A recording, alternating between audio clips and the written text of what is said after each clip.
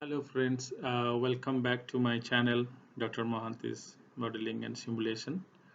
And now we'll continue because last video presentation you could see the criteria for essentiality and essential plant nutrient elements.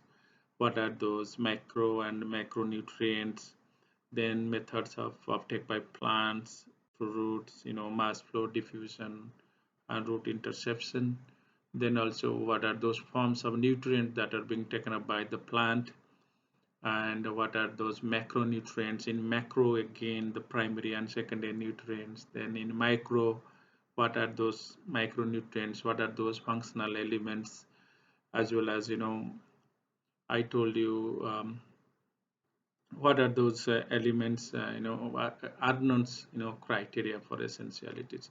So altogether, we'll move to a little bit further with more, what are those factors that affecting nutrient uptake. It's very much important because it may be a questions in long questions or short questions to any competitive exam. So if I say that, definitely, because all nutrients are not available in all types of soil, that on all under all climate, under all physical, chemical, and biological condition. So certain elements they are available, in good quantity or in a soluble form in different types of soils. So I have listed some of those, factors that increases the availability of or uptake of nutrients and raises the soil fertility, and what are those factors that decreases the nutrient uptake. So let's talk about the factors that improves or increases the nutrient uptake and availability in the plant system.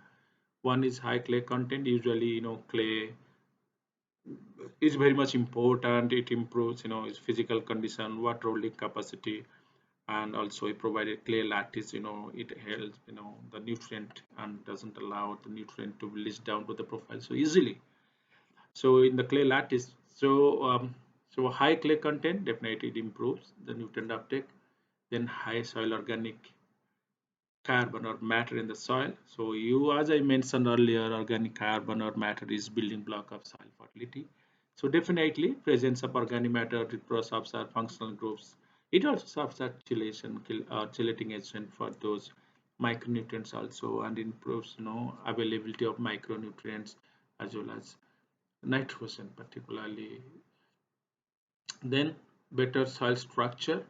Of course, when you talk about the soil structure, it's one of the most physical property that gives the structural stability to the soil. It means aggregated soils have a good structure, crumb structure. So quality, better the soil structure, better the water holding capacity, better the water holding capacity, better will be the nutrient retention capacity. Also, better the nutrient retention capacity, better will be the availability of nutrient in the solution.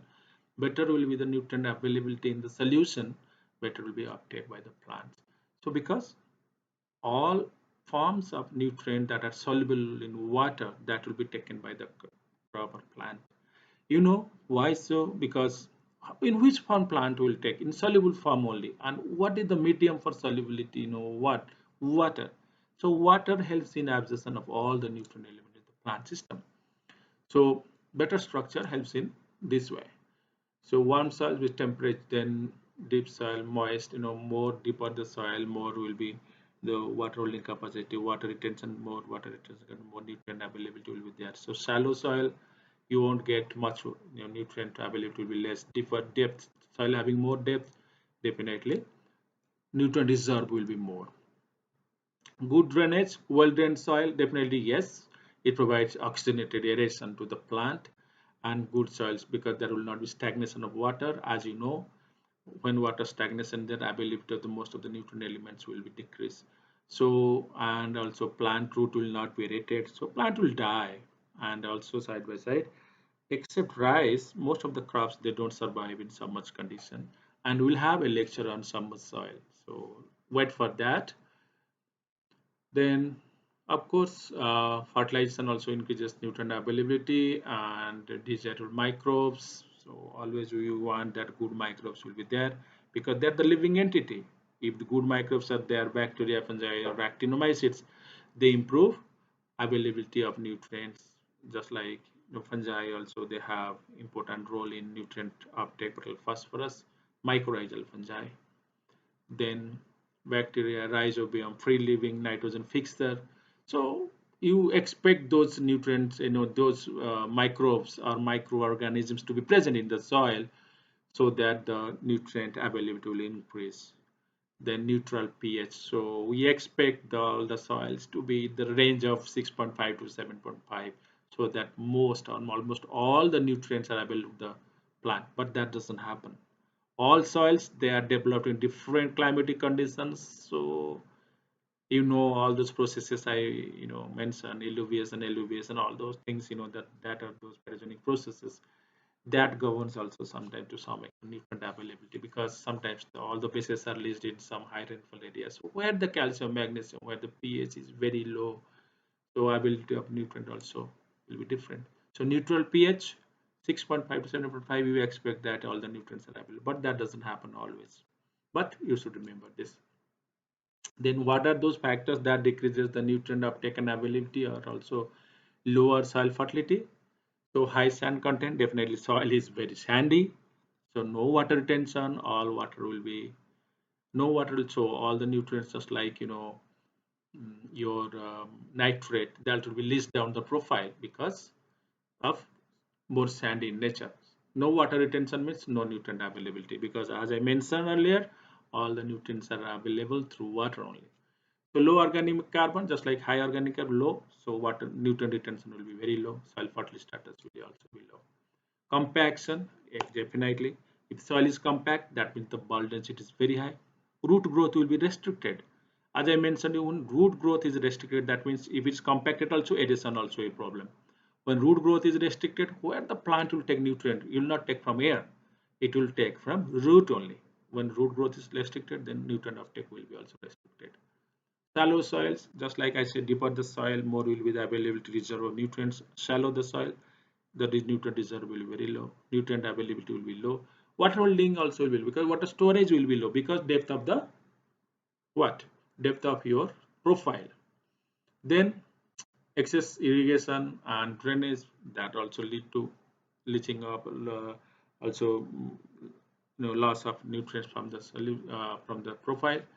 Then erosion, so surface soil will be removed, means some amount of soil organic carbon is lost, some amount of nutrient or fertilizer, whatever you have added in the system, there also will be lost through runoff and erosion.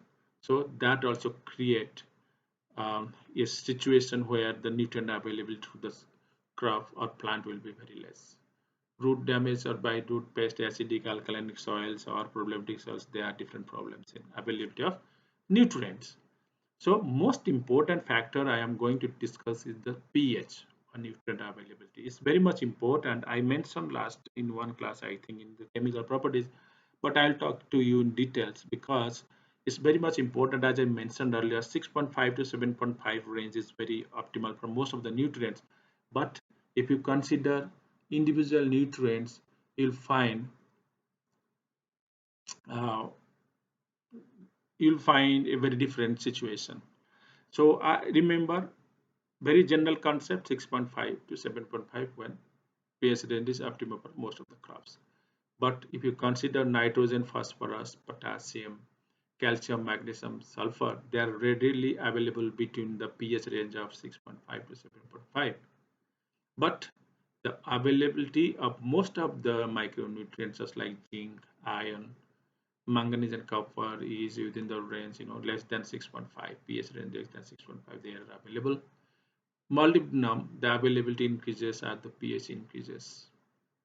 And in acidic conditions, high rainfall, where leaching of bases are there, you won't find, calcium, magnesium will be very low. Availability will be reduced. And this condition lead to the toxicity of iron and aluminum oxide. So if I consider each and every nutrient, for nitrogen, if you see the pH range where the availability will be maximum, you may consider it as 5.5 to 8 or 8.5 in this range. Nitrogen, phosphorus between 6 to 7.5 or 6.5 to 7.5, it is better. And potassium at higher pH Maybe after 6 pH greater than 6, potassium availability will be more, but lower pH, potassium availability will be very low. Similar for sulfur also, it follows the same as that of potassium. Calcium, its availability is between, pH between 6 to say 8.5, calcium availability will be good. And magnesium also is pH range between 6.5, as I mentioned earlier, it is 6.5 to 8. Then iron at the lower pH or less than 6 availability is very good, and manganese also in that range. The pH increases, iron and manganese availability will decrease. Boron at lower pH, maybe at below 7.5 and above 4.5 availability is good. Again the availability will decrease, but beyond 9 boron availability will also increase. It's very typical element, but copper and zinc you can say 5 to 7.5 the availability is good.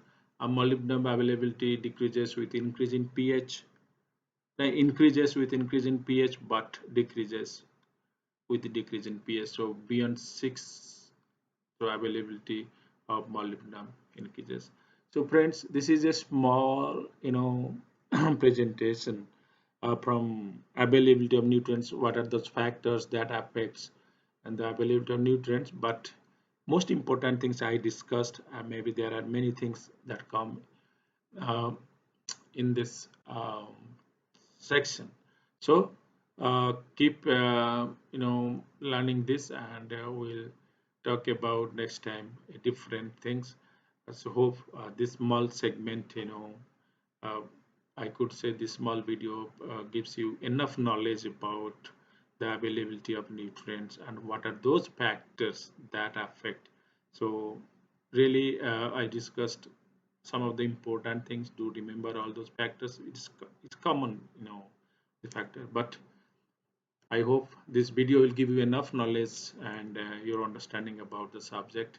So thank you for watching, and keep watching. Stay safe. Thank you. Have a great time. Bye bye.